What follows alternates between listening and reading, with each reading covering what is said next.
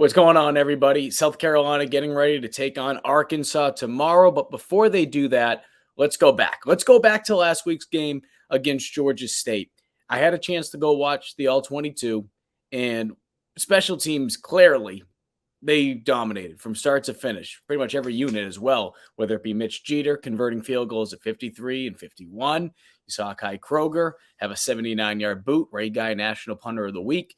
And then, of course, the 2 block kicks. And then we also had a fake field goal in there as well. And those are just some of the good things on special teams. But something that stood out to me were the 2 block punts.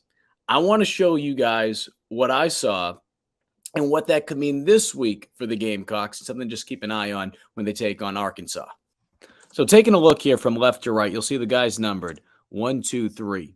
Those are the number of players on the first block punt South Carolina was sending to the block point.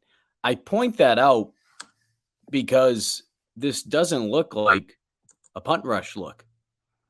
And as you'll notice, as you see, the personal protector just did an awful job here for Georgia State. You'll see the number of guys at the line of scrimmage that South Carolina is actually holding up. Looks like more than anything that they're trying to set up the return. But as you see, Amos, just great technique, is able to split the personal protectors, gets skinny, and runs through the block point. But again, you see the number of guys being held up at the line of scrimmage. So I point this out because what this shows is that, number one, if you have a breakdown, South Carolina is going to capitalize on it. And again, just great technique by Amos there to get to the block point, get skinny. But it also just shows that this is just one of the looks that USC has shown. So teams are going to have to prepare for USC to get there with only 3 guys.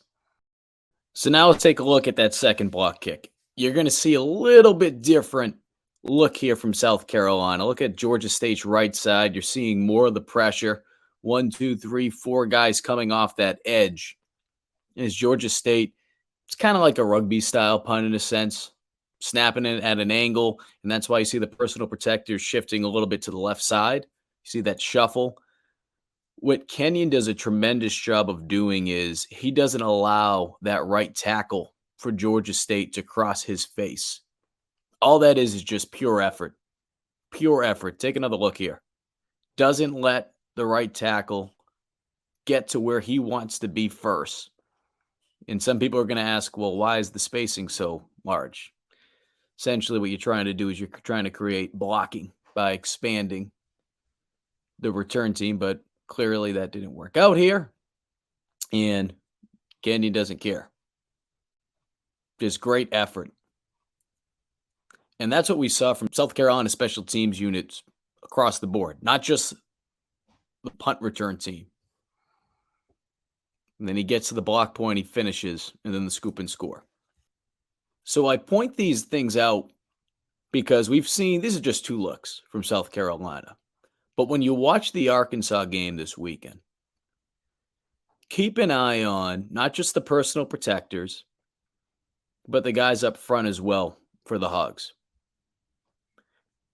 Watch to see if they release a little bit later off the line of scrimmage. Pay attention to see if South Carolina sends an extra guy. Pay attention to see if South Carolina tries to hold guys up at the line of scrimmage, like we saw on that other punt block when they only essentially sent 3 guys to the block point. I don't know if South Carolina will block a kick this week. I don't. But I think if anything, what they've shown is that they're capable of doing it even when they don't send the house. And that's going to scare teams. That's going to keep special teams units honest.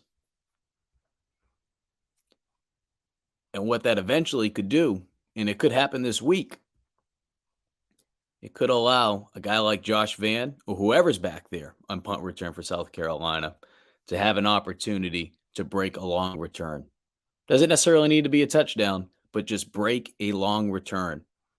Continuing to find ways to change and flip field position through special teams. I think we're going to see it this weekend. Now, following the game tomorrow, be sure to hop on the GC Live post-game show as former Gamecock quarterback Perry Orth will be joining me. We'll take your calls, we'll take your questions, and we'll look back at the game that was against Arkansas. You can watch that on YouTube, Facebook, Twitter, wherever you get your Gamecock Central video content. We'll see you after the game.